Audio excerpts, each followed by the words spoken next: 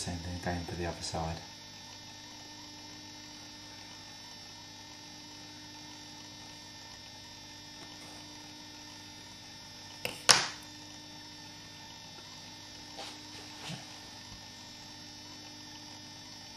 Drop that in there, and I'm just going to lightly spread it.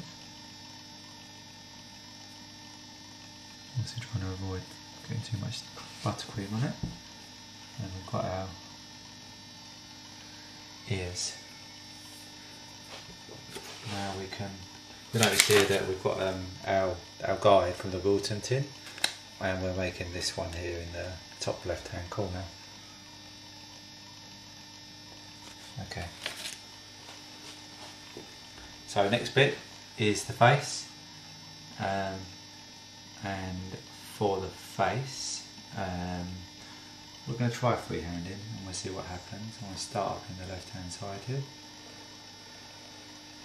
Maybe that it's a bit too small or a bit too big, and if it is, we'll go from there. A little bit exact because we can spread it out. I'll just offer it up a second. So I'm just going to work it this way a little bit, so just thin it out a little bit. Also it's a little bit too wide.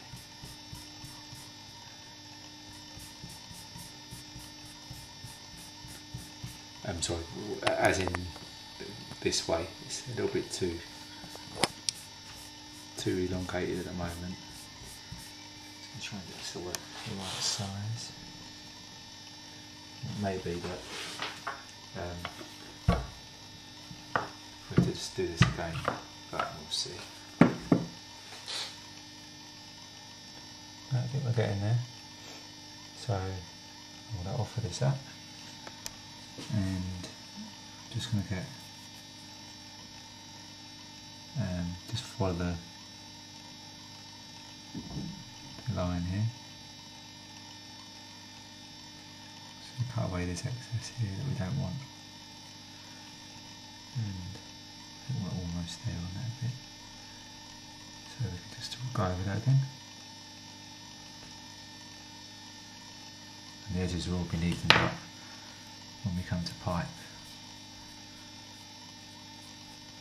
Okay, and I think we're okay that side. Just make sure that we're going right round.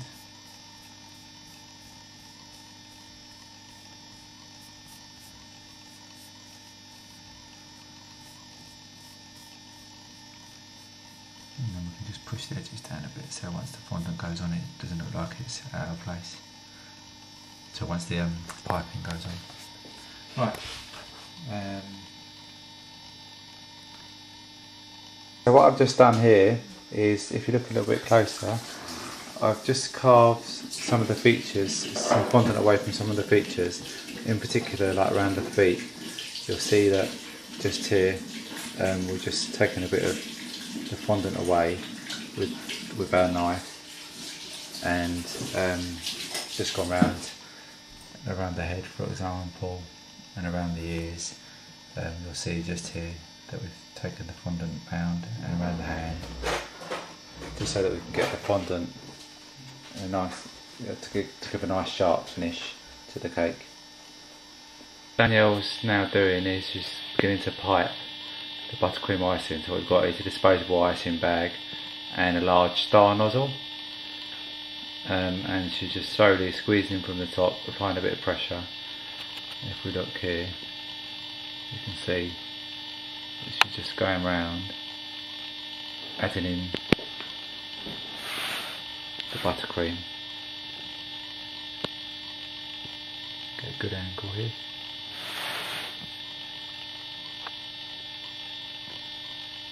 And she's going to go around the white bits of fondant.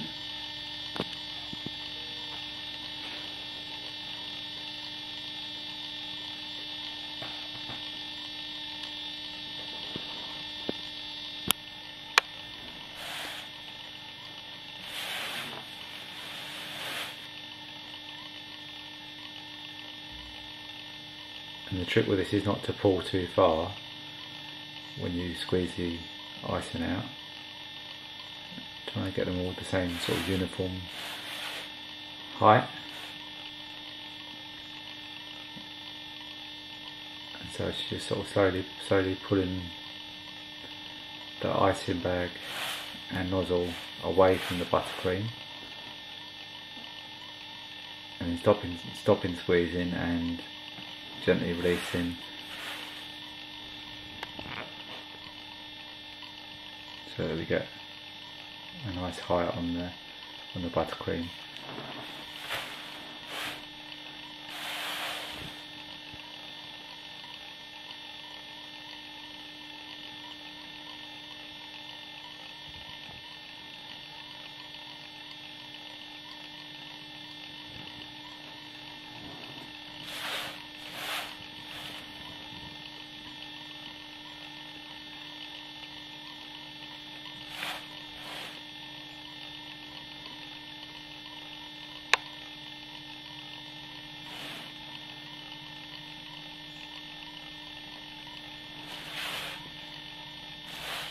So this bit here that she's working on at the moment is the monkey's tail.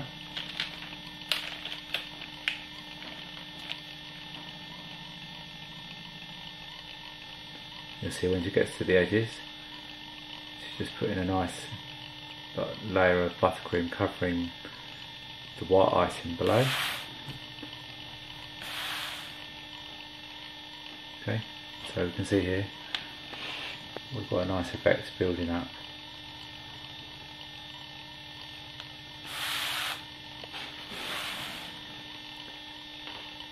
So let's pause that here and we'll get a little bit further along and come back. Okay, so we can see here that the tail is now for the most part been done. We're just squeezing this angle here. And what now Danielle's now doing is working on the next feature, just going up to the edge of the foot. Be careful not to go too high.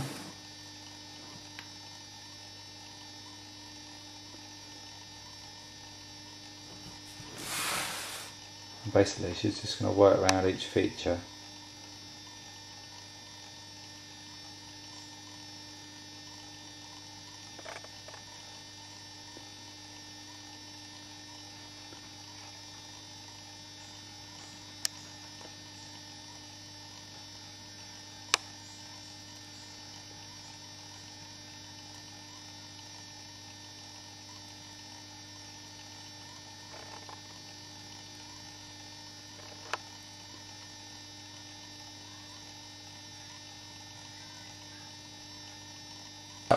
A new colour for the feet and hands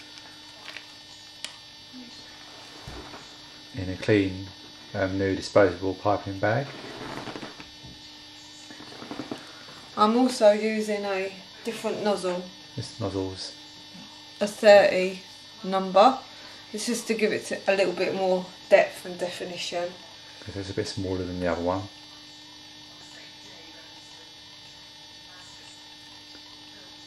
And if you look carefully you can see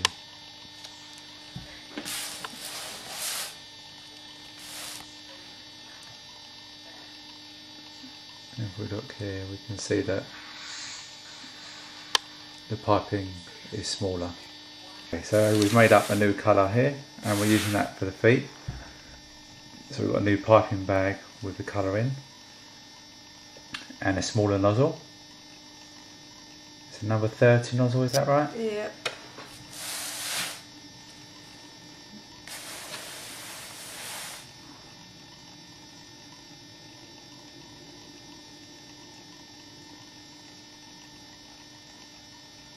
So now Danielle is just working on the feet.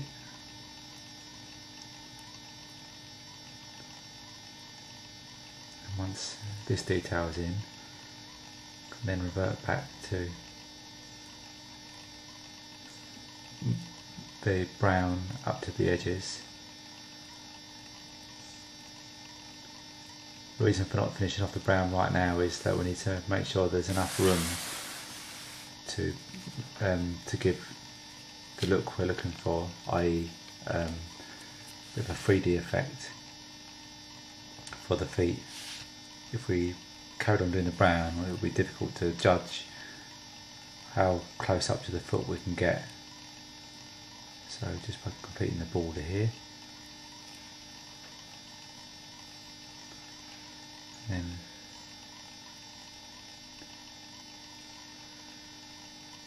fill in all the little details. So you can see here that Daniel's working up a line.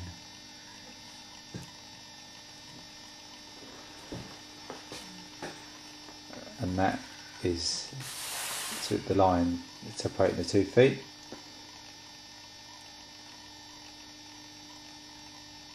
Just paying attention to making sure that you're following each individual part rather than just filling in rows. And the reason for that is because you get a slightly better effect by following the defined pattern.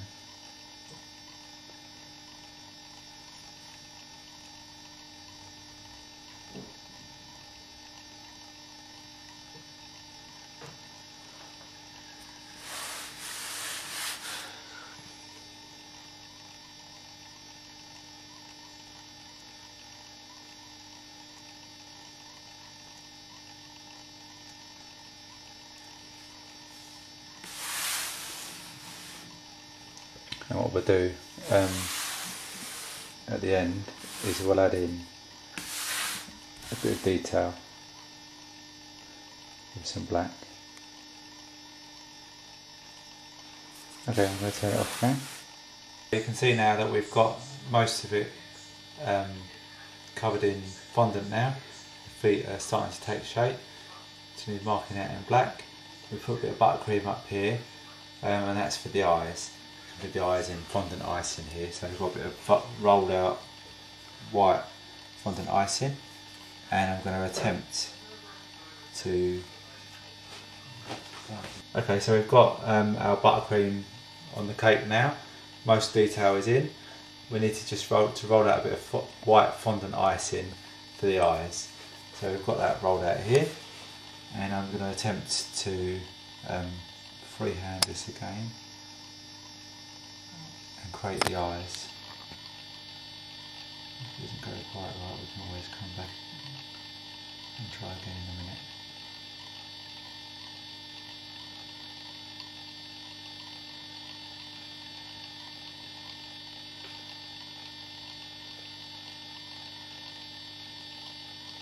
It's just like really like a bee on its side there.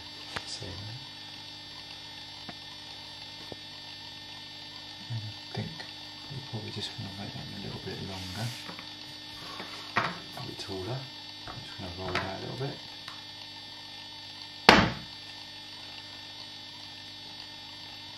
So just quick look, not quite rolling enough on that side.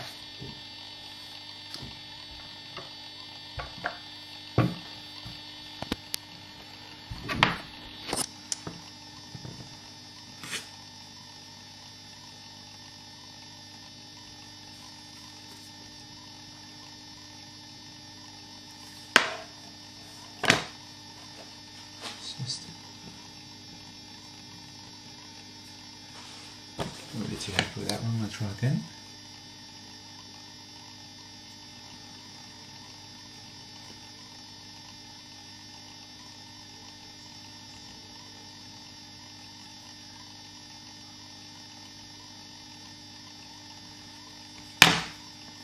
Okay, let's just have a quick look. So I need to be a bit taller.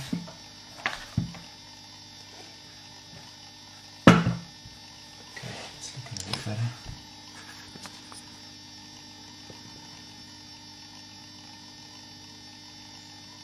And we can shape those round a little bit.